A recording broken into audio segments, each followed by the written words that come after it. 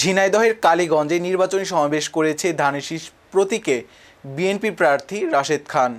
বুধবার 28 জানুয়ারি কালীগঞ্জ উপজেলা শহরের সরকারি ভষণ হাইস্কুল মাঠে স্থানীয় বিএনপির আয়োজনে এই সমাবেশ অনুষ্ঠিত হয়।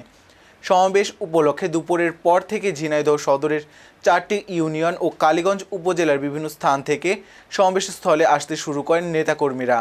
এতে ঝিনাইদহ 4 আসনে বিএনপির প্রার্থী রাশেদ খান, উপজেলা বিএনপির সাবেক সিনিয়র যুগ্ম আহ্বায়ক হামিদুল ইসলাম হামিদ সহ অন্যান্যরা বক্তব্য রাখেন।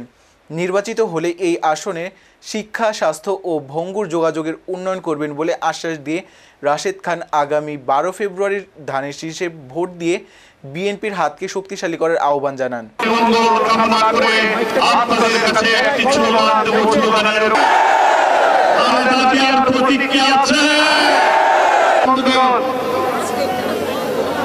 আপনারা সকলে জানেন এখন চক্রান্ত চলছে, চক্রান্ত করে যখনই ফের ইলেকশন হয়েছে এই আসলে